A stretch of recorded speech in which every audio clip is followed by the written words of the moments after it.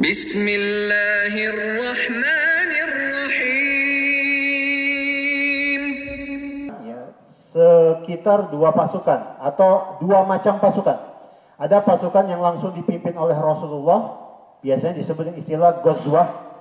Ada pasukan yang tidak dipimpin oleh Rasulullah. Rasulullah hanya mengirimkan pasukan ini. Pasukan yang dimaksud adalah sariyah. Jadi sariyah itu Rasulullah nggak ikut di dalamnya. Kalau ghazwah, Rasulullah ikut di dalamnya. Nah, Rasulullah sendiri, beliau pertama kali memimpin pasukan perang itu baru di tahun kedua Hijriah. Jadi ada beberapa pasukan beliau pimpin untuk menghadang kafilah dagang musuh. Dan sejauh yang telah kita sampaikan, mereka selalu gagal. Dalam artian, mereka datang ke tempat, ke lokasi yang dituju, ternyata musuh sudah lewat. Atau kafilah dagang musuh sudah berlalu. Dan itu beberapa kali. Dan ini terjadi pada pasukan-pasukan pertama yang Rasulullah pimpin. Kita sebutkan kemarin atau pertemuan sebelum ini, pasukan pertama yang Rasulullah pimpin itu pergi ke daerah Abwa untuk menghadang kafilah dagang musyrikin Quraisy. Ternyata mereka telah berlalu ketika Rasulullah pasukan tiba di tempat. Dan itu kemudian terulang lagi ya, sampai beberapa kali. Nah, lalu terjadilah kemudian apa yang disebut dengan Perang Badar. Perang Badar yang akan kita bahas malam hari ini secara ringkas disebut dengan Perang Badar karena terjadi di daerah Badar. Badar sendiri adalah lokasi yang berjarak sekitar 155 km di barat daya kota Madinah. Jadi Rasulullah bersama pasukan pergi ke daerah Badar, 155 km. Kenapa Rasulullah berangkat ke Badar? Itu pertanyaannya. Jadi pada bulan Ramadan tahun kedua Hijriah, pada waktu itu telah disyariatkan shaum Ramadan untuk pertama kali. Rasulullah mendapatkan laporan dari mata-mata beliau bahwa kafilah dagang musyrikin Quraisy dalam perjalanan pulang menuju Mekah. Kafilah dagang milik orang-orang Quraisy dalam perjalanan pulang dari Syam menuju Mekah. Kafilah dagang ini dipimpin oleh Abu Sufyan. Dan kafilah dagang ini membawa harta senilai pertama 1.000 ekor unta. 1.000 ekor unta. Yang kedua, membawa sekitar 50.000 dinar. 50.000 dinar. Jadi 1.000 ekor onta, kemudian harta bendanya bernilai 50.000 dinar. Hari ini 1 dinar kalau kita cek itu sekitar 11 juta sekian ratus rupiah 1 dinar. Dikali 50.000. Nah, kemudian yang membuat menarik kafilah dagang ini dengan harta sebanyak itu hanya dikawal oleh 40.000 orang laki-laki. Hanya dikawal oleh 40 orang, bukan 40.000. Hanya dikawal oleh 40 orang laki-laki. Jadi bayangkan, kafilah dagang yang sangat-sangat bernilai itu hanya dikawal 40 orang laki-laki. Ini adalah sasaran empuk bagi kaum muslimin. Apalagi mereka tahu dan yakin itu barang-barang dagangan yang dibawa dari Syam, modalnya sebagian adalah harta mereka yang ditinggalkan di Mekah. Ingat kemarin sudah kita singgung ya di pertemuan sebelum ini, para sahabat yang hijrah ke Madinah meninggalkan rumah-rumah mereka, meninggalkan harta benda mereka, perabot-perabot mereka. Yang penting adalah bagaimana mereka bisa menyelamatkan agama dan iman mereka dengan secepatnya tiba di Madinah, dengan secepatnya hijrah ke Madinah. Jadi mereka tahu, sama-sama tahu itu sebagian modal dagang orang-orang kafir Quraisy dari harta benda mereka sendiri yang ditinggal di kota Mekah, yang diakuisisi oleh tokoh-tokoh Quraisy.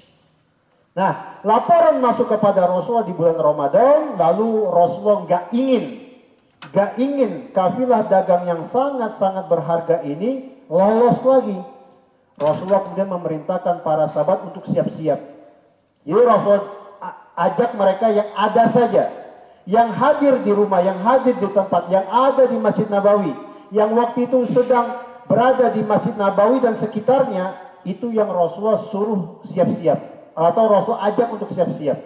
Mereka yang ada di kebun, mereka yang ada di jauh dari rumah, atau sedang dalam perjalanan dagang pulang dari Syam, atau dari mana, udah, itu nanti saja. Pokoknya yang hadir sekarang orangnya siap-siap, kita akan hadang kafilah dagang ini. Jangan sampai lolos. Karena sudah beberapa kali sebelumnya lolos. Nah, maka Rasulullah siap-siap dan waktu itu terkumpul pasukan Islam yang berjumlah hanya 313 orang. Tujuan mereka apa? Menghadang kafilah dagang Quraisy yang hanya dikawal oleh 40 orang.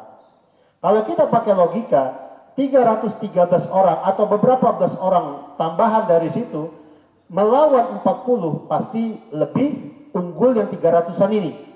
Sehingga pada waktu itu Rasulullah menjabarkan misi mereka adalah menghadang kafilah dagang ini. Hanya menghadang kafilah dagang ini. Jadi bukan untuk tujuan lain selain itu. Hanya menghadang kafilah dagang ini. Maka mereka pun siap-siap dan segera berangkat. Nah, ini sebab kenapa terjadi perang Badar. Waktu itu Rasulullah tentukan titik mereka menghadang itu di daerah Badar. Jadi kalau misalnya kita bayangkan peta zaman itu, jalur dagang dari Syam menuju Mekah, kemudian jalur perjalanan orang dari Madinah menuju Mekah, itu ketemunya di daerah Badar. Di Badar ada mata air, kemudian di Badar ada sejumlah tempat yang biasanya di sana digunakan singgah oleh para musafir. Jadi kalau mungkin pakai istilah kita, Badar itu dulu itu semacam rest area.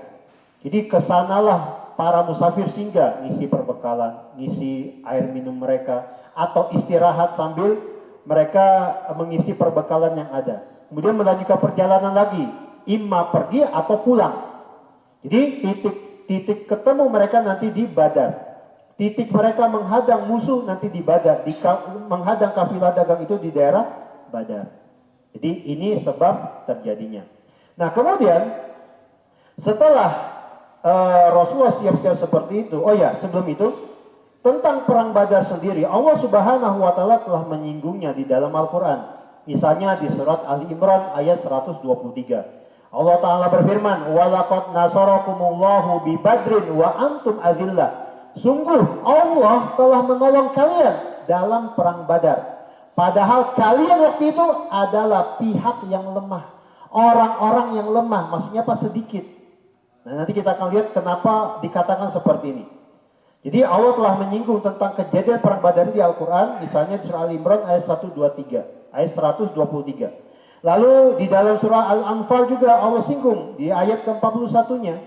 Di ayat 41-nya. Ya.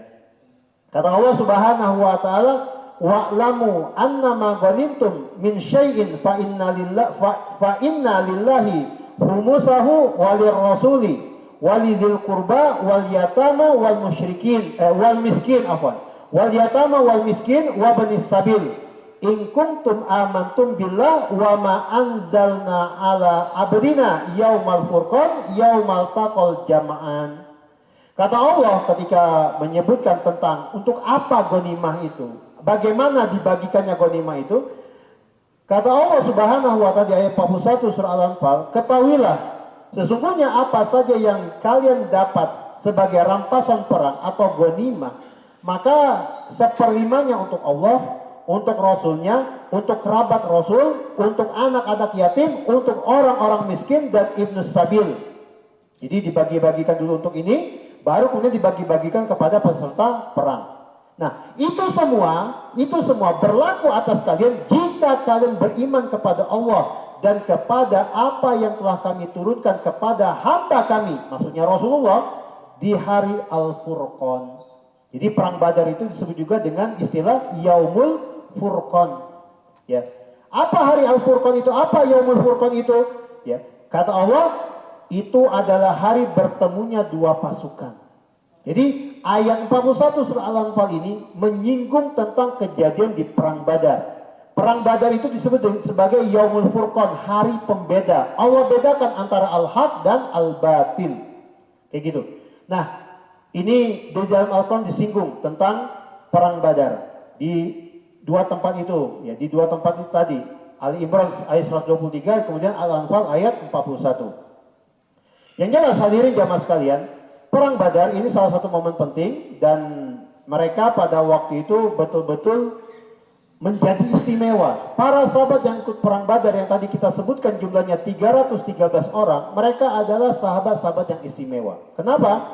Karena nanti Rasulullah SAW mengabari para sahabat beliau bahwa Allah berfirman tentang mereka orang-orang yang berperang di medan Badar sebagai orang-orang yang diampuni dosa-dosanya. Orang-orang dimaksud adalah para sahabat Rasulullah yang ikut dalam perang Badar.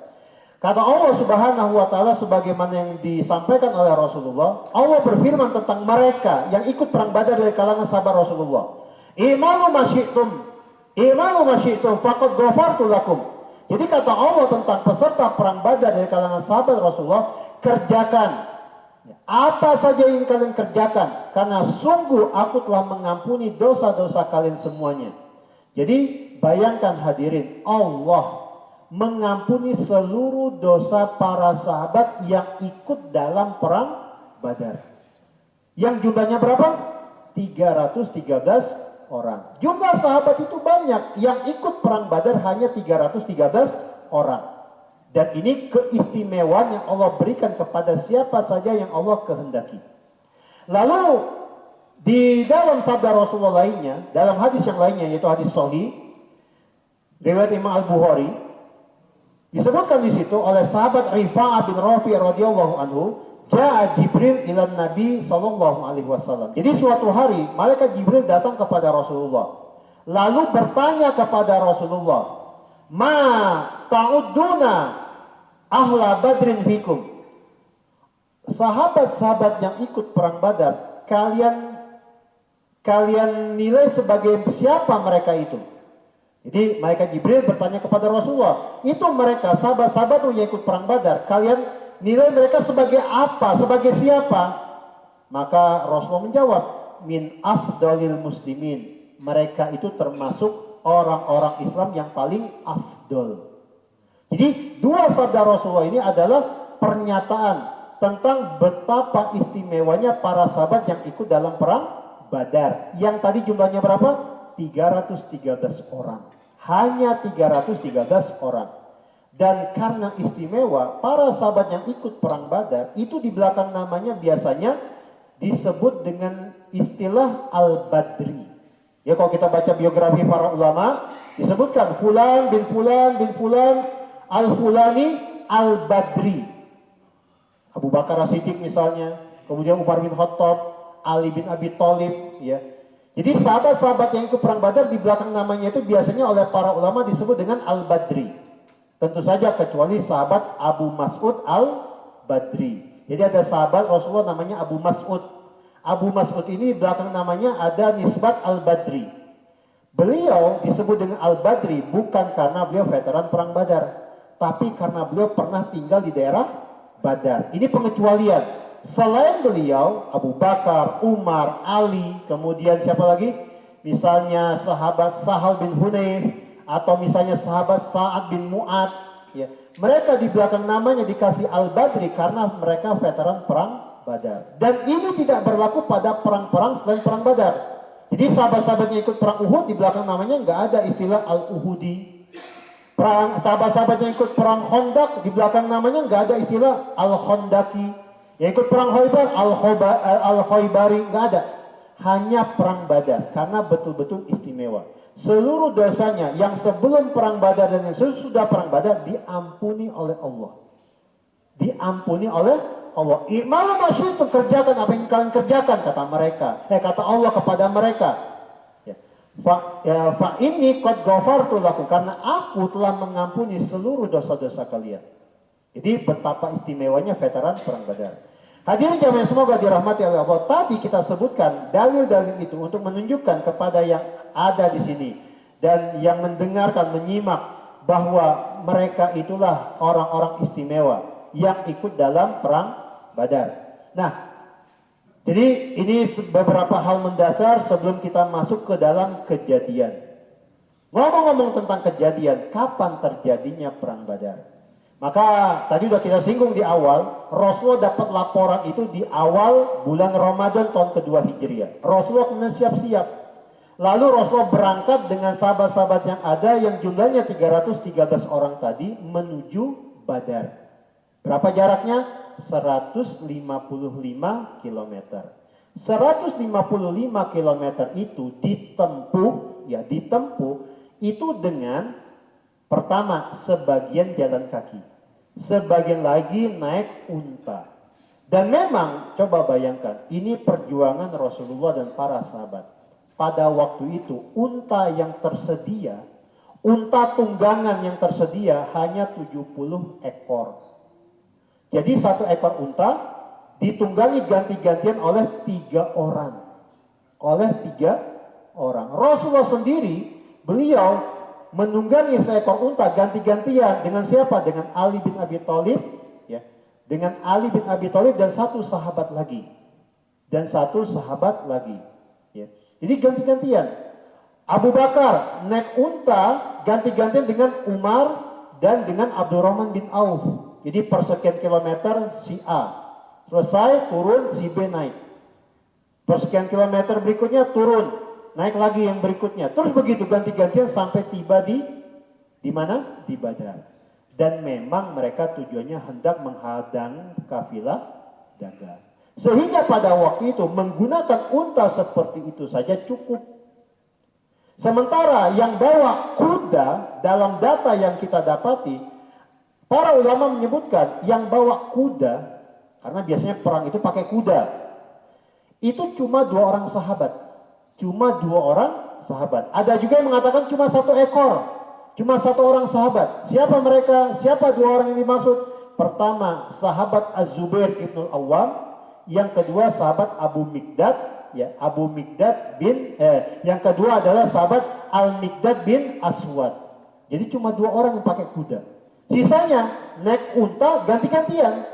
Dan karena tujuannya hendak menghadang kafilah dagang, maka senjata yang mereka bawa hanya senjata yang cukup untuk menghadang kafilah dagang, bukan untuk perang habis-habisan. Paham ya maksudnya? Kayak kita nih contoh, kita disuruh oleh Pak RT, besok kita akan kerja bakti gotong royong membersihkan selokan, membersihkan parit depan masjid. Pasti kita bawa apa? Sekop, bawa alat-alat yang memang tujuannya untuk itu. Jadi kita nggak akan bawa alat-alat yang dipakai untuk babat kebun misalnya. Cuma untuk bersihin apa? Selokan. Paham ya maksudnya? Jadi berangkat tujuannya untuk menghadang kafilah dagang. Hanya untuk menghadang kafilah dagang. Sehingga yang mereka siapkan adalah untuk itu. Ya, tidak untuk perang habis-habisan. Yang mereka bayangkan kafilah dagang bawa harta begini. Kafilah dagang dikawal oleh 40 orang. Kafilah dagang untanya 1000 dan seterusnya. Cuma seperti itu. Mereka pun berangkat dari kota Madinah tanggal 12 Ramadan.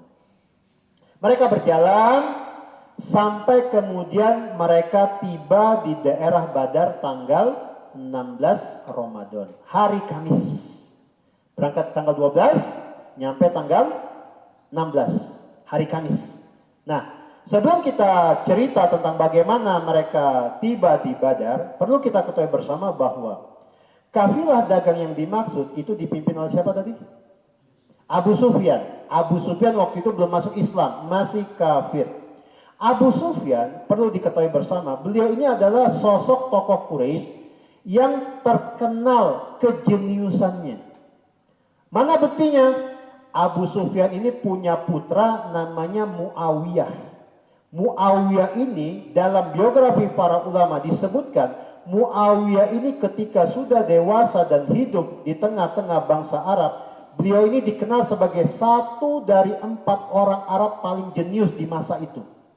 Jadi 4 orang itu, Muawiyah, kemudian Amr bin Al-As, kemudian Al-Mughirah bin Syu'bah, sama satunya lagi Ziyad bin Abihi. 4 orang itu 4 orang jenius yang dikenal di bangsa Arab zaman mereka hidup. Jadi bayangkan Muawiyah. Lalu Ziyad ini juga sama, anak Abu Sufyan juga. Cuma karena Ziyad bin Abihi, ada yang aneh nggak dengan namanya? Ziyad bin Abihi, ada aneh? Abihi, ya Ziyad putra bapaknya. Kenapa dinamakan seperti itu? Karena Ziyad bin Abihi ini ternyata anak zina. Dulu kan zaman jahiliyah nih. Jadi dulu itu ceritanya Abu Sufyan itu pernah berzina, lahirlah anak ini. Dan mereka dulu itu anak zina itu tidak dinisbatkan kepada bapaknya, tapi kepada siapa? Ibunya. Nah, karena mereka seperti itu, maka harusnya bid ibunya, tapi karena ini orang orang terpandang dan seterusnya, maka pakai bin abihi untuk menghormati dirinya. Jadi dua orang dikenal cerdas dan jenius di masa hidupnya itu anak Abu Sufyan. Nah, sekarang kita bahas Abu Sufyan. Jadi kafilah dagang tadi dipimpin oleh Abu Sufyan. Abu Sufyan ini kita katakan beliau dulu terkenal sebagai orang yang jenius. Jadi ketika membawa kafilah dagang dari Syam lalu masuk menembus Jazirah Arab, masuk ke gurun pasir, menuju melewati jalur perdagangan. Beliau yang waktu itu masih kafir tidak kayak orang biasa. Jadi sepanjang perjalanan pulang itu beliau selalu memantau situasi. Ketemu sama kafilah dagang lainnya, tanya, kalian tadi ketemu siapa di jalan? Apa yang kalian dengar tentang Madinah? Apa yang kalian dengar tentang Muhammad dan sahabat-sahabatnya? Kayak begitu. Kan dulu kan belum ada yang namanya apa? Radar, belum ada yang namanya ya teknologi kayak zaman kita sekarang. Jadi cara Abu Sufyan memantau situasi, membaca situasi dan kondisi adalah bertanya, menggali informasi dari setiap orang ditemuinya. Apakah dia seorang badui, apakah dia seorang pedagang, atau siapapun itu yang ditemui di jalan. Jadi dari arah Syam menuju Badar, Abu Sufyan aktif bertanya, menggali informasi. Apa yang kalian ketahui tentang Muhammad dan sahabat-sahabatnya? Kalian dengar apa belakangin dari Madinah? Kalian dengar apa belakangin dari orang-orang yang bersama Muhammad? Terus begitu. Sampai akhirnya Abu Sufyan mendapat informasi dari orang yang berpapasan dengannya. Orang itu mendengar kabar Muhammad dan sahabat-sahabatnya, Rasul para sahabat keluar dari kota Madinah pada hari sekian, tanggal sekian, waktunya sekian. Nah, informasi itu sudah cukup membuat Abu Sufyan merasa yakin bahwa Rasulullah dan para sahabat akan menghadang mereka kafilah dagang milik Quraisy ini. Paham sampai sini? Letak bagaimana siaganya Abu Sufyan. Jadi Abu Sufyan itu bukan sembarang pemimpin, bukan sembarang tokoh Quraisy. Dia seorang laki-laki jenius. Maka ketika dapat informasi seperti itu, apalagi ditambah dengan keterangan berangkat tanggal sekian hari ini, ya bulan Ramadan tanggal sekian dengan bawa orang sekian, Abu Sufyan semakin yakin itu tujuannya menghadang mereka. Dan Abu Sufyan bisa membaca kondisi akan dihadang di daerah Badar. Karena bertemunya itu di situ, dua jalur dari arah utara itu ketemu di Badar. Ketemunya di Badar, pasti di Badar. Maka Abu Sufyan waktu itu sebelum melanjutkan perjalanan, Abu Sufyan waktu itu menyewa seorang laki-laki yang bernama Domdom. Namanya siapa? Domdom Al-Ghifari. Domdom Al-Ghifari ini dibayar oleh Abu Sufyan untuk berangkat segera ke Mekah. Lalu sesampainya di Mekah, kasih kabar orang-orang Mekah bahwa harta mereka yang dibawa Abu Sufyan akan dihadang oleh Muhammad dan sahabat-sahabatnya di Badar. Paham ceritanya? Jadi Abu Sufyan berhenti, nyewa orang, pergi sekarang, secepatnya ke Mekah, kasih kabar mereka, harta kalian sedang diincar oleh Muhammad dan sahabat-sahabatnya di Badar. Maka Domdom yang dibayar segera berangkat secepat mungkin menggunakan hewan tunggangan yang paling cepat untuk tiba di Mekah. Dan ketika mau masuk kota Mekah, Domdom orang yang disewa oleh siapa? Abu Sufyan ini melukai hewan tunggangannya. Jadi moncong hewan tunggangannya itu disayat, jadi berdarah, kemudian bajunya disobek-sobek, lalu dipacu sekencang mungkin sehingga darah yang ada di moncong hewan itu berterbangan kena ini bajunya dan seterusnya. Sehingga ketika masuk kota Mekah, Dom-dom teriak, ya teriak ke penduduk Mekah, harta kalian, harta kalian. Orang-orang yang mendengar teriakan itu kemudian melihat, mereka akan tercekat. Ini pemandangan yang tidak biasa. Maksudnya apa? Dom-dom ini membuat situasinya itu betul-betul dramatis. Darah bercacaran di mana-mana, wajah hewan tunggangannya tersayat, kemudian bajunya sobek-sobek. Ini teknik komunikasi zaman itu ya. Kalau zaman sekarang kan macam-macam ya, ada ini, ada itu. Kalau zaman itu begitu caranya. Jadi ketika masuk kota Madinah, masuk kota Mekah dengan teriak-teriak begitu, lalu penduduk Mekah melihat dom-dom penampilannya seperti itu, mereka langsung apa? Langsung memasang perhatian penuh. Kemudian ketika mendengar harta kalian, mereka langsung apa? Naik. Langsung naik, langsung waspada. Ketika disebutkan nama Muhammad dan sahabat-sahabatnya, mereka langsung marah. Dan ingat, bicara soal harta, bicara tentang sesuatu yang sifatnya sensitif. Oh usah jauh-jauh ya, zaman sekarang aja lapak diambilnya sampai berantem, bunuh-bunuhannya enggak. Sampai tawuran, ini tempat saya, enggak, tawuran ngajak teman-temannya. Ini zaman sekarang, apalagi zaman itu 50.000 dinar itu bukan jumlah yang sedikit. Maka bisa ditebak pada saat itu penduduk Mekah dipimpin oleh tokoh-tokoh mereka segera bergerak, bersiap-siap, dan dalam tempo yang singkat mereka bisa mengumpulkan pasukan perang dengan logistik yang mantap, dengan senjata yang lengkap sejumlah 1.300 orang. Dalam tempo yang singkat. Dan memang kayak begitu ya, komunikasi yang baik dari dom-dom yang mendramatisir penampilan dan seterusnya, teriakan seperti itu, lalu disinggung-singgung harta, disinggung-singgung nama Rasulullah, sudah itu bikin mereka secepat mungkin langsung siaga. Dalam waktu yang cepat mereka langsung siaga. 1.300 orang dengan senjata yang lengkap, baju besi, hewan tunggangan, logistik yang berupa sejumlah 1.000 ekor unta untuk disembelih. Berangkat mereka. Menuju mana? Menuju Badar. Jadi ketika Rasulullah para sahabat lagi menuju Badar, mereka belum tahu Abu Sufyan telah menyampaikan pesan kepada penduduk Mekah. Kemudian Rasulullah pasukan belum tahu bahwa pasukan bersenjata lengkap sudah berangkat dari Mekah menuju Badar. Nah di saat mereka belum tahu seperti itu, Abu Sufyan setelah kirim pesan, Abu Sufyan kemudian membelokkan kafilah dagangnya menghindar jalur utama, melambung. Jadi nggak lewat Badar lagi. Ini sampai sini bisa kebayang nggak? Kebayang ya? Jadi harusnya lurus terus ke Badar, yang nanti bakal ketemu sama Rasulullah. Oleh Abu Sufyan, kafilah dagangnya itu dibawa melambung menuju jalur tepi pantai. Jadi melambung begitu. Sehingga Rasulullah yang lagi terus menuju Badar nggak tahu ini yang lagi diincar sudah pindah jalur. Jadi kalau misalnya Rasulullah tiba di Badar, yang ketemu di Badar siapa? Pasukan yang datang dari Mekah. Makanya di sini kita lihat keistimewaan perang Badar. Di mana sisi istimewanya? Perang Badar itu sejatinya peristiwa yang nggak sengaja. Pertama nggak sengaja. Kemudian yang kedua, mereka berangkat untuk menghadang kafilah dagang. Ternyata yang ketemu pasukan bersenjata lengkap. Lalu Rasulullah ketika menjelang sampai di Badar, beliau sempat ngajak para sahabat untuk musyawarah. Kita nggak tahu di depan ini bakal ketemu kafilah dagang atau yang lain. Karena waktu itu Rasulullah juga menyebar mata-mata dan mendapatkan laporan ada pergerakan mencurigakan dari Mekah. Kita nggak tahu di Badar ini bakal ketemu kafilah dagang atau pasukan perang. Jadi Rasulullah ngajak para sahabat bermusyawarah, kita terus atau kita pulang. Kalau terus, kita punya dua kemungkinan.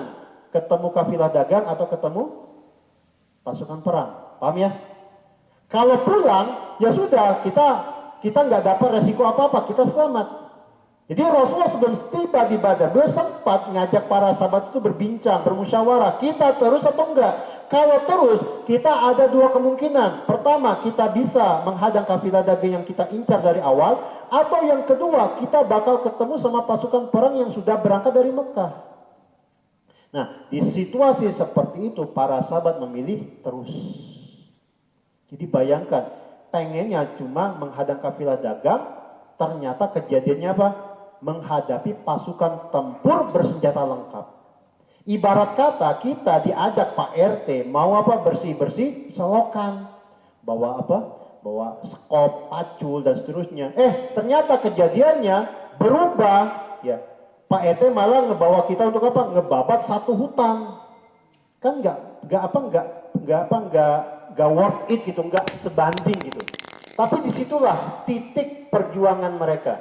Harusnya mereka bisa, ya harusnya, bukan harusnya, mereka punya pilihan untuk pulang lagi. Karena nggak tahu di depan ini bakal ketemu siapa. Tapi begitulah para sahabat bilang kepada Rasulullah, ya Rasulullah. Kata salah seorang sahabat Ansor, wahai Rasulullah, kami akan berkata kepada dirimu tidak sebagaimana yang dikatakan oleh Bani Israel kepada Musa. Jadi dulu Nabi Musa pernah ngajak Bani Israel untuk menghadapi orang-orang zalim di kota di Baitul Maqdis. Kata orang-orang Bani Israel, pergilah engkau wahai Musa dan Tuhanmu, berperanglah kalian berdua, kami duduk di sini. Kami duduk di sini saja.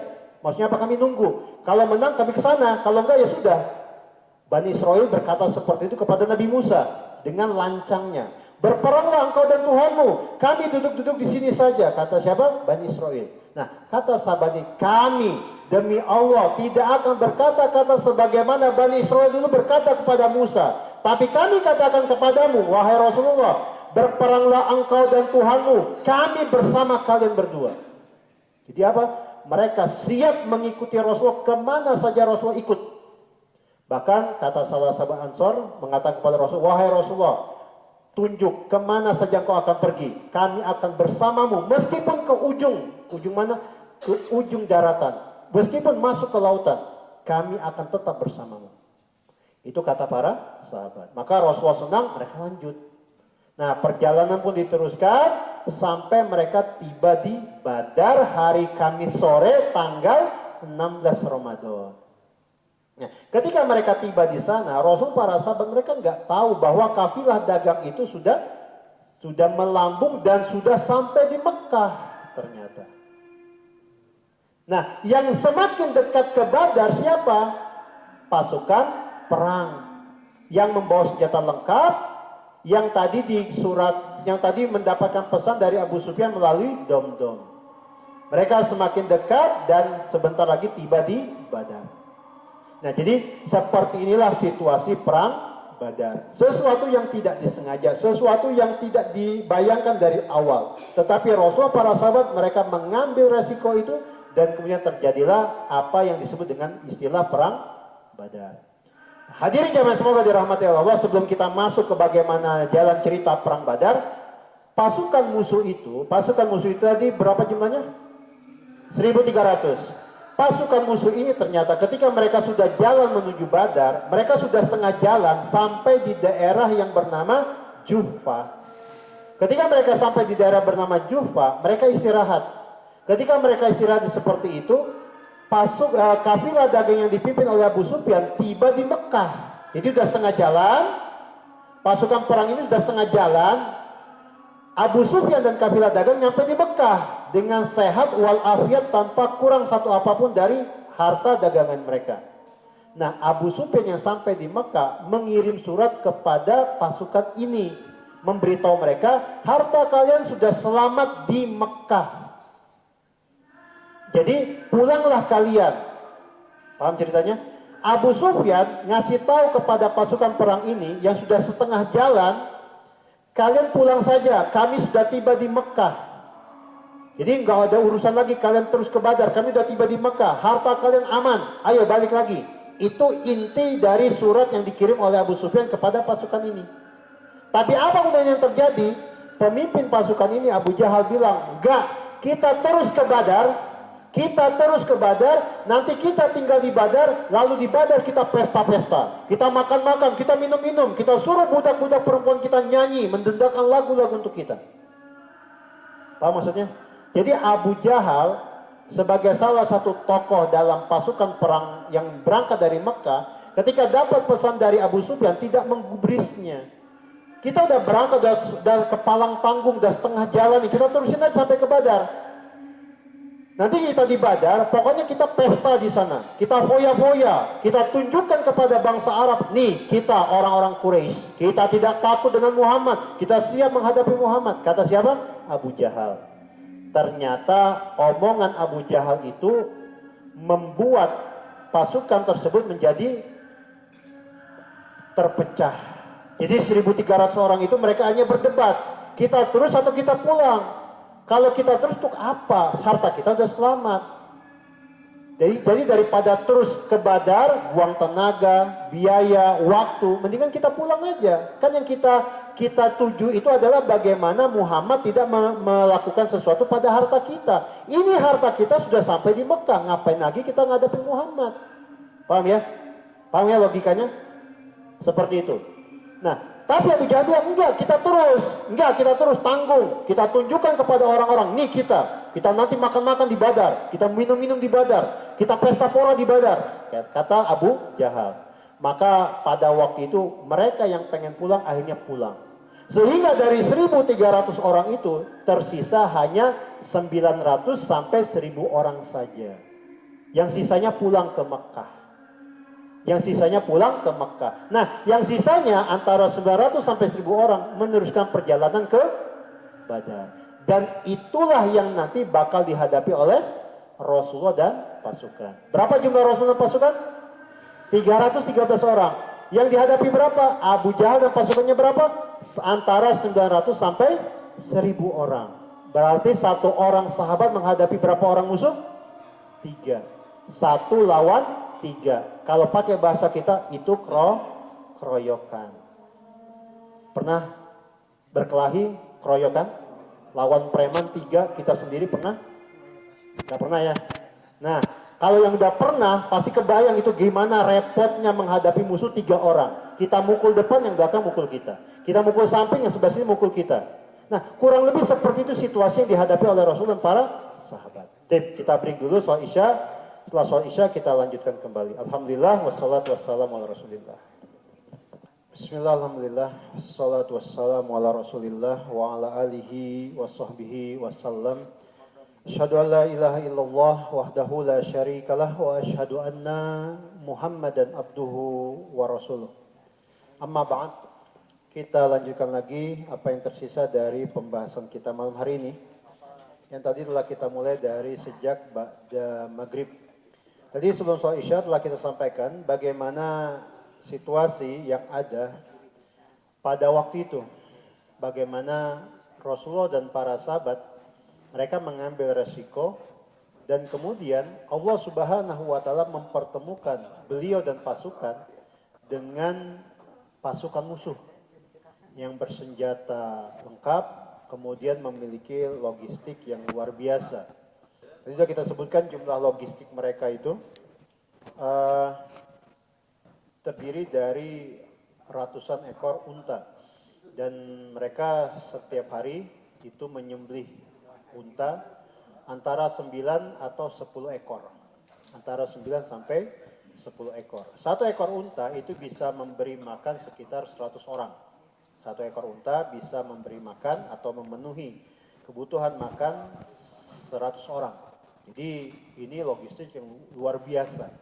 Nah, Allah Subhanahu wa taala mempertemukan dua pihak tersebut, antara pihak Rasulullah dan pasukan dengan pasukan yang datang dari Mekah. Allah tidak mempertemukan pasukan Rasulullah dengan kafilah dagang. Dan kafilah dagang tadi juga kita sampaikan itu selamat tiba di Mekah. Abu Sufyan sempat memberi tahu pasukan yang berangkat dari Mekah bahwa mereka sudah selamat di Mekah dan bisa pulang. Ya. Mereka silakan pulang karena harta benda mereka sudah aman tiba di Mekah. Tapi ternyata pasukan musuh oleh Abu Jahal, ingat Abu Jahal, mereka memilih melanjutkan perjalanan menuju Badar. Dan tentu saja ini adalah sesuatu yang pasti dan sangat pasti mereka bakal sesali nantinya. Nah, hadirin jamaah semoga dirahmati oleh Allah, kita lanjutkan. Rasulullah dan pasukan tiba di Badar lebih dulu daripada pasukan musuh. Mereka tiba di sore hari Kamis tanggal 16 Ramadan. Nah, ngomong-ngomong tentang Ramadan, kan tadi sudah kita sebutkan bahwa tahun itu Allah Subhanahu wa taala telah menurunkan syariat saum Ramadan. Dan mereka waktu itu Rasul pasukan 313 orang itu mereka tidak melakukan saum karena mereka pertama status mereka sebagai musafir. Lalu yang kedua, mereka sedang akan menjalani ibadah yang lebih berat lagi, yaitu berperang di jalan Allah atau berjihad di jalan Allah. Sehingga kata Umar bin Khattab radhiyallahu anhu, kami pernah berperang bersama Rasulullah di bulan Ramadan 2 kali. Pertama perang Badar, kedua penaklukan kota Mekah. Maksudnya apa? Kata Umar setelah itu kami waktu itu dalam keadaan iftar, dalam keadaan berbuka. Jadi mereka tidak saum. Mereka tidak melakukan ibadah saum Ramadan. Mereka mengganti tidak saumnya mereka itu di hari-hari lainnya. Jadi ini sebagai catatan tambahan. Nah, kembali ke cerita. Jadi Rasulullah pasukan tiba di Medan Badar lebih dulu daripada musuh di sore hari Kamis. Ketika tiba, Rasulullah kemudian menyuruh para sahabat untuk mengondisikan masing-masing. Lalu para sahabat membuat semacam bivak, ya. Kalau bahasa Arab di sini arish. Arish itu semacam semacam tempat berteduh kecil, bisa ditempati oleh 1 atau 2 orang. Jadi mereka bikinkan semacam itu arish, ya. Kalau penampakan zaman kita tuh mirip kayak bivak. Jadi tempat berteduh sederhana dibikinkan oleh sahabat-sahabat Ansor. Lalu posisinya itu di belakang pasukan kaum muslimin. Nah, kemudian di dekat tempat berteduh Rasulullah itu, jadi itu semacam pos komando, tempat Rasulullah istirahat, tempat Rasulullah bermunajat, tempat Rasulullah menyendiri, ya. Nah, di dekat tempat itu, arish dan bahasa Arabnya, sahabat-sahabat Ansor menyediakan seekor hewan tunggangan yang kalau misalkan besok mereka habis sama musuh, Rasulullah bisa menyelamatkan diri, lari ke Madinah dengan hewan itu, kemudian memanggil sahabat-sahabat yang masih di Madinah untuk membalas, untuk membawa serangan balasan kepada musuh. Jadi memang sahabat Ansor, mereka itu adalah orang-orang yang sudah punya asam garam peperangan. Jadi mereka itu tahu bagaimana mengondisikan pimpinan pasukan, kemudian bagaimana mereka mengondisikan tempat untuk pimpinan pasukan dan seterusnya dan sebagainya. Nah, dan Rasulullah pada waktu itu beliau menerima masukan dan arahan dari sahabat-sahabat Ansor. Intinya sore hari itu tiba, mereka istirahat, lalu sebagian sahabat membuatkan tempat khusus untuk Rasulullah di belakang pasukan, lalu disediakan hewan tunggangan kalau misalnya ada sesuatu yang tidak diinginkan esok hari. Kemudian setelah itu pasukan istirahat. Mereka istirahat. Nah, di malam Jumat, berarti malam tanggal 17 Ramadan, Rasulullah sempat mengajak beberapa orang sahabat untuk meninjau lokasi yang bakal terjadi bentrok antara mereka dengan musuh. Nah, pada malam hari itulah Allah Subhanahu wa taala memberikan wahyu kepada Rasulullah untuk disampaikan kepada para sahabat berupa sabda beliau yang berbunyi, Hada, jadi Rasulullah sama beberapa orang sahabat meninjau lokasi. Tiba-tiba Rasul menunjuk, Hada masra'u fulan, godan insyaallah.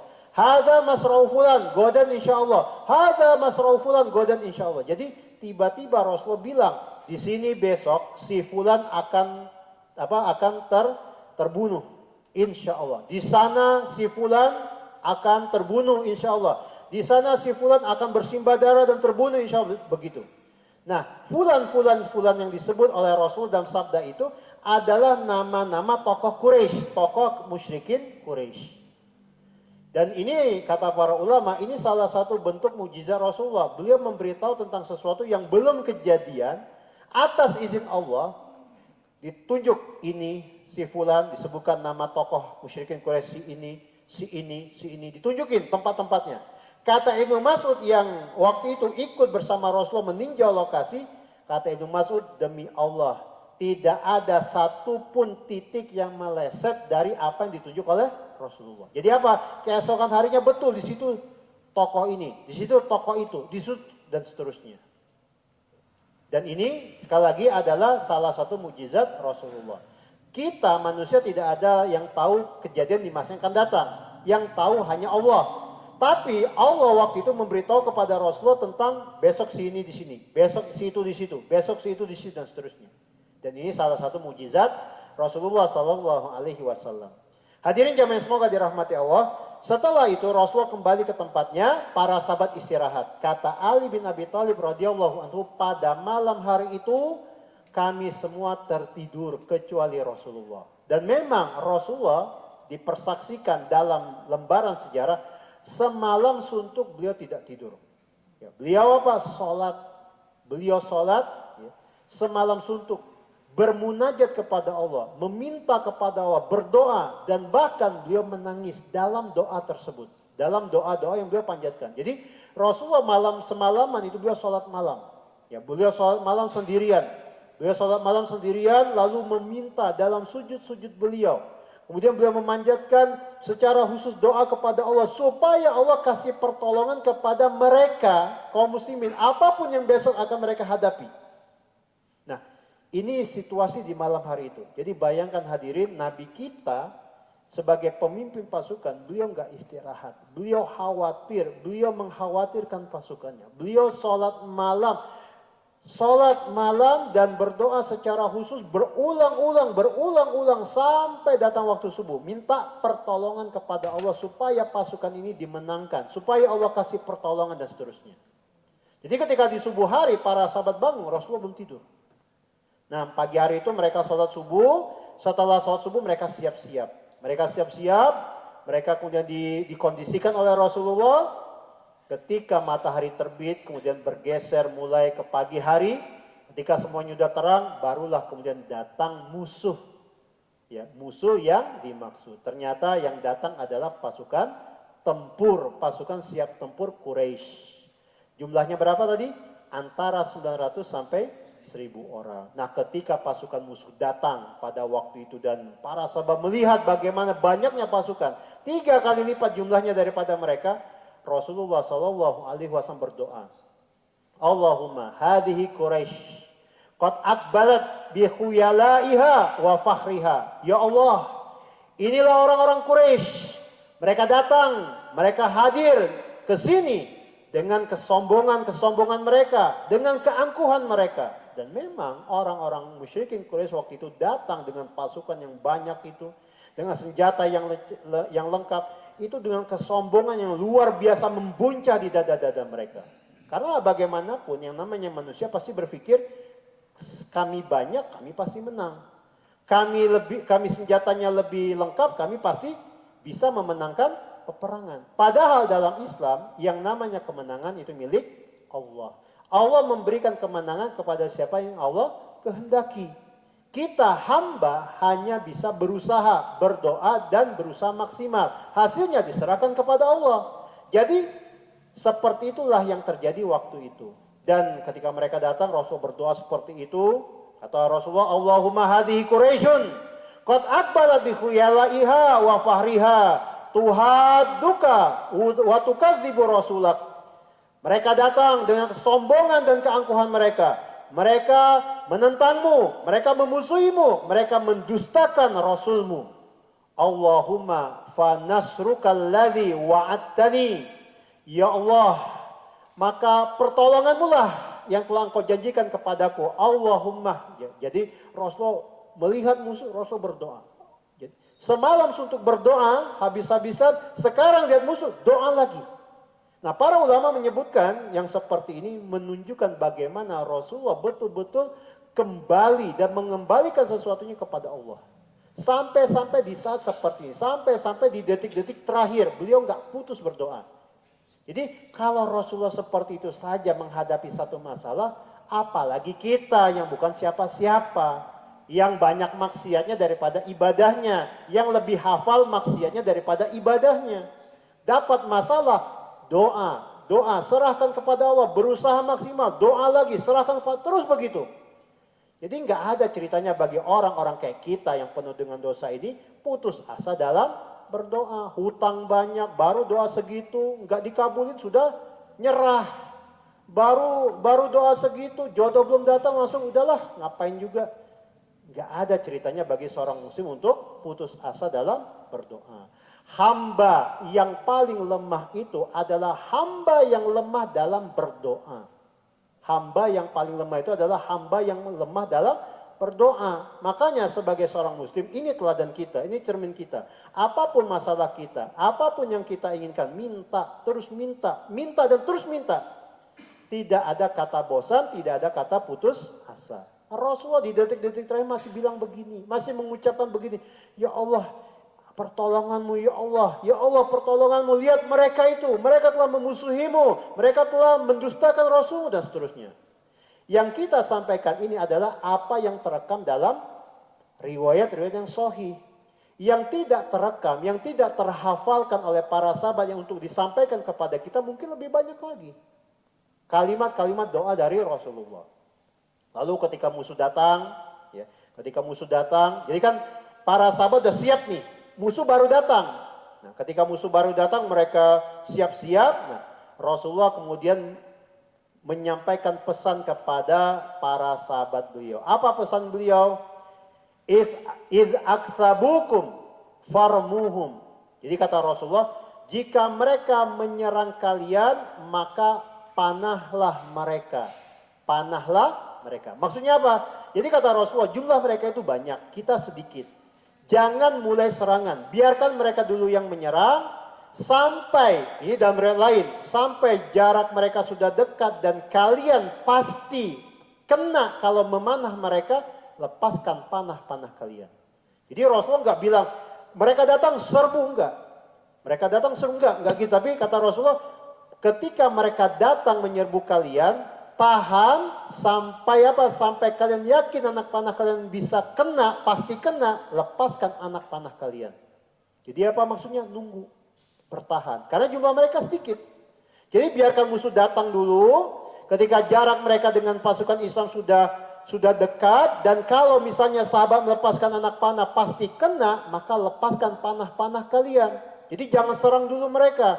Lalu ketika selesai dipanahin dan kena, barulah kemudian kalian pakai pedang-pedang kalian. Nah, ini perintah Rasulullah kepada mereka.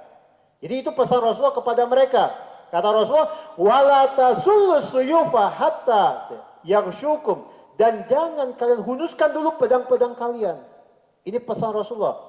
Mereka mendekat, ketika sudah sampai jarak tembak dan gak akan meleset, lepaskan anak panah kalian.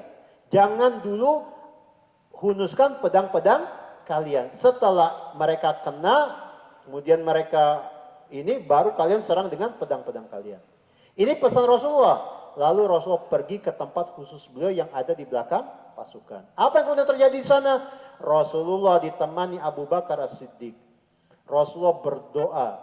Sekali lagi berdoa di detik-detik terakhir kali. Jadi waktu itu musuh sudah di depan, pasukan sudah siap. Rasul balik lagi, berdoa lagi, minta lagi kepada Allah.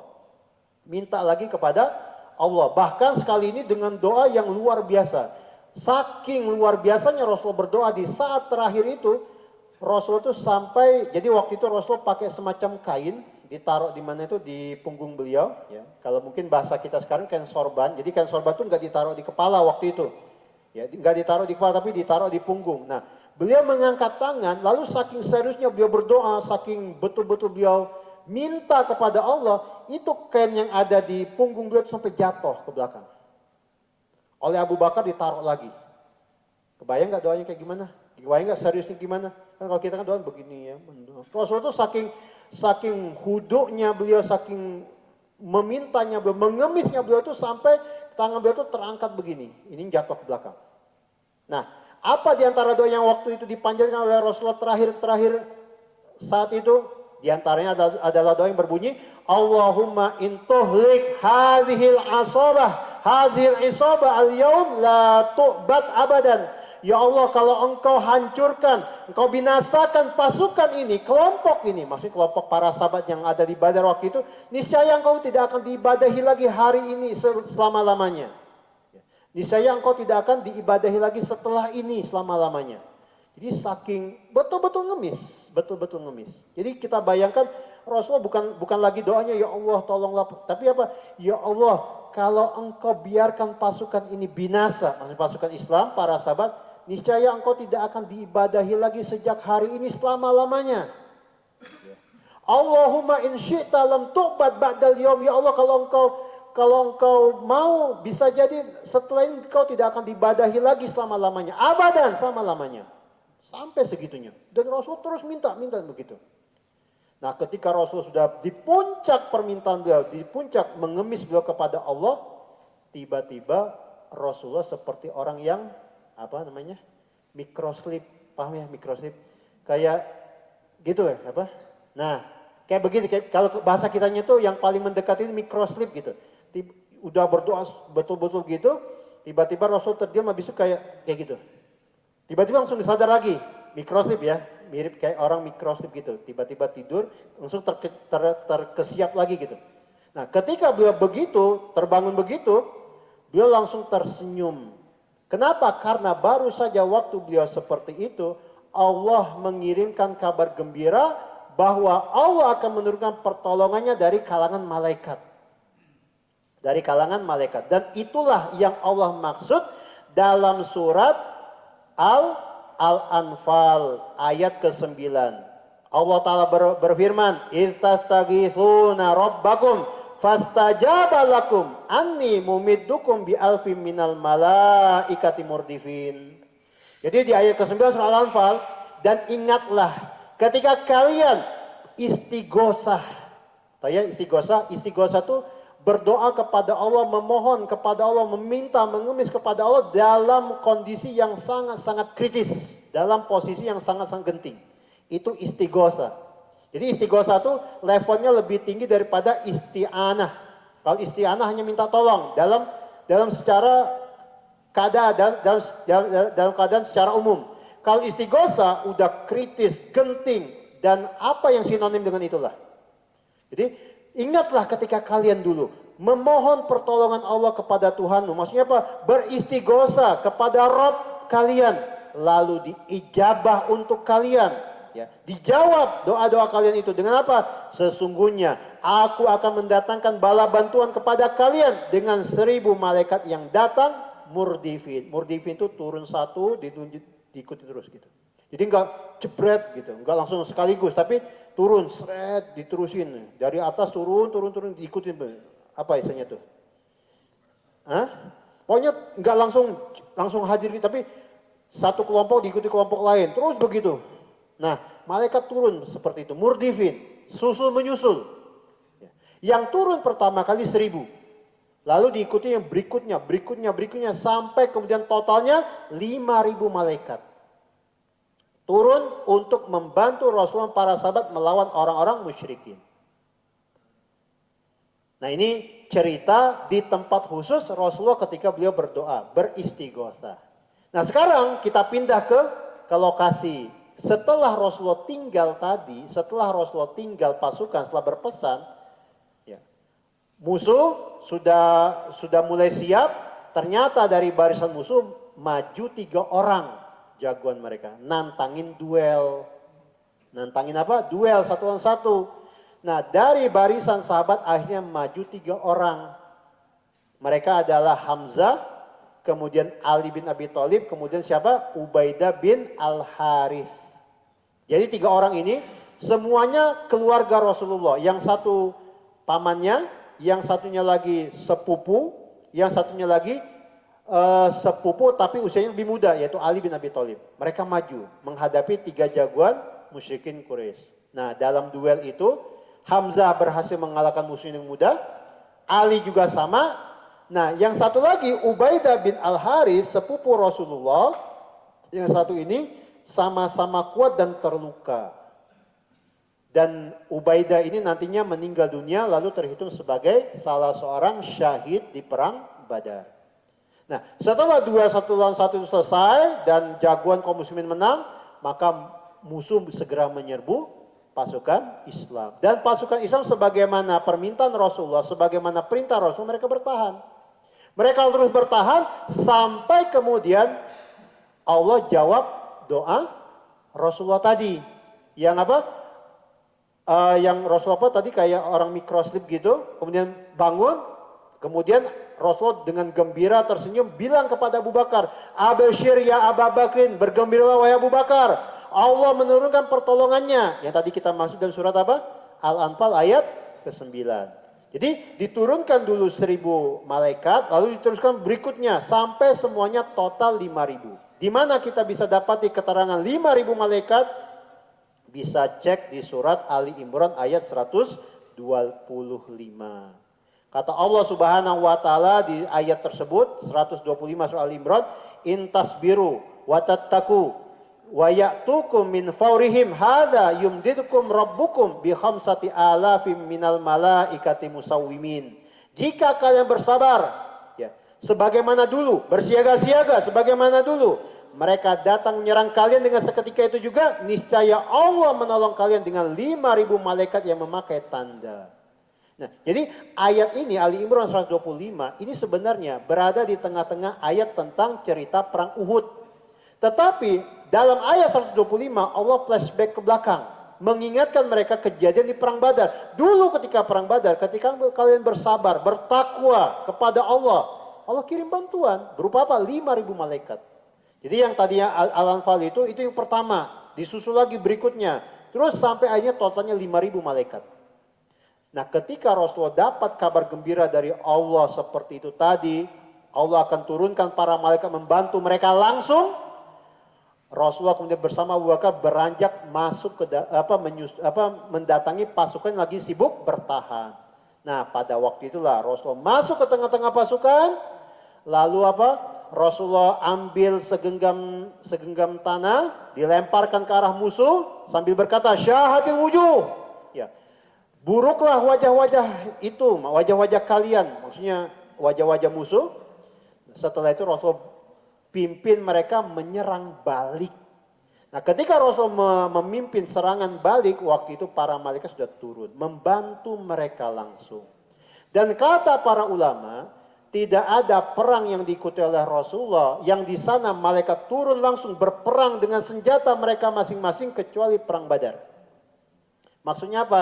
Di perang-perang lain malaikat ada, tapi fungsi mereka untuk melindungi Rasulullah. Atau fungsi mereka membawa rasa takut ke dalam hati-hati musuh. Kalau yang datang turun, bawa senjata, menyerang musuh, itu hanya perang Badar. Hanya perang Badar. Bisa bedain ya? Kalau di perang lain itu, malaikat dikirim oleh Allah, membawa rasa takut dimasukkan ke hati musuh. Sehingga musuh jadi apa? Down. Mental mereka kena. Nah, kalau di perang Badar, malaikat turun bawa senjata. Sampai-sampai ada seorang sahabat namanya Abu Dawud Al-Mazini. Abu Dawud Al-Mazini setelah diperintah oleh Rasul kita serang balik, mereka nyerbu ke depan. Abu Dawud Al-Mazini mengejar musuh. Jadi ini musuh tangan gitu terdesak mundur. Nah, musuh itu balik badan hendak lari, dikejar sama Abu Dawud Al-Mazini sahabat ini. Ketika hendak diserang dari belakang, tiba-tiba musuh yang di depan itu tiba-tiba jatuh bersimbah darah, terkapar, dan dalam keadaan sudah tidak bernyawa. Kenapa? Karena malaikat membabatnya, menghabisinya. Jadi mau diserang oleh Abu Dawud, malaikat duluan menyerang dia. Gak masuk akal kan? Nah, disitulah. Ini cerita kita dapat dari riwayat yang sahih dan inilah yang terjadi pada waktu itu. Abu Dawud Al-Mazini dan beberapa orang sahabat lainnya mereka cerita kepada Rasulullah. Pas mau nyerang tiba-tiba kepalanya potel. Padahal ini senjata belum nyampai. Bahkan mau ditemukan mayat-mayat musuh itu kebelah misalnya. Padahal para sahabat nggak ada bawa senjata sedahsyat itu. Nah, kata Rasulullah apa? Itulah malaikat yang ikut membantu dalam pasukan ini. Dan itu seperti itu kita dapat dalam banyak riwayat sahih tentang bagaimana para malaikat ikut membantu kaum muslimin. Lalu juga di antara contoh paman Rasulullah atau bukan paman Rasulullah, ada seorang musuh yang dia ini ditangkap dibawa ke depan Rasul sebagai tawanan. Kata sahabat yang membawa, "Ini tawananku." Kata orang yang ditawan, "Enggak, bukan orang ini yang menawanku, bukan orang ini yang meringkusku. Tapi seorang laki-laki berkulit putih, wajahnya begini-begini seterusnya, berpakaian putih seterusnya." Kata Rasulullah apa? "Betul, bukan engkau yang menawannya, tapi malaikat. Disebutin malaikat ini atau malaikat itu. Nah, jadi seperti itulah gambaran sederhana tentang perang Badar. Yang awalnya mereka diserang, sampai kemudian Allah turunkan para malaikat, lalu terjadilah serangan balik. Rasulullah dan para sahabat yang jumlahnya 313 orang, itu di hadapan musuh terasa lebih banyak. Sehingga pada waktu itu pasukan musuh yang awalnya solid, kemudian mereka apa? Tercerai-berai. Yang terbunuh di antara mereka 70 orang. 24 orang dari kalangan tokoh musyrikin Quraisy. Abu Jahal, Umayyah bin Khalaf, kemudian Utbah bin Rabi'ah. Jadi 70 orang yang terbunuh dari kalangan musuh, 24 orangnya itu tokoh dan pemimpin musyrikin Quraisy. Di antaranya siapa? Abu Jahal. Kemudian yang lainnya lagi. Nah, lalu 70 orang tertawan. Sisanya melarikan diri dari medan Badar. Dan sebagai gambaran sederhana, pasukan musuh ini ketika berangkat dari Mekah itu satu kesatuan. 1.300. Meskipun nanti di tengah jalan mereka sebagian pulang, sisa 900 sampai 1.000 orang. Nah, ketika selesai perang Badar, mereka pulang ke Mekah dalam keadaan apa? Kelompok per kelompok. Ada yang datang 3 orang, ada yang datang 5 orang, ada yang datang 10 orang. Jadi nggak satu kesatuan lagi.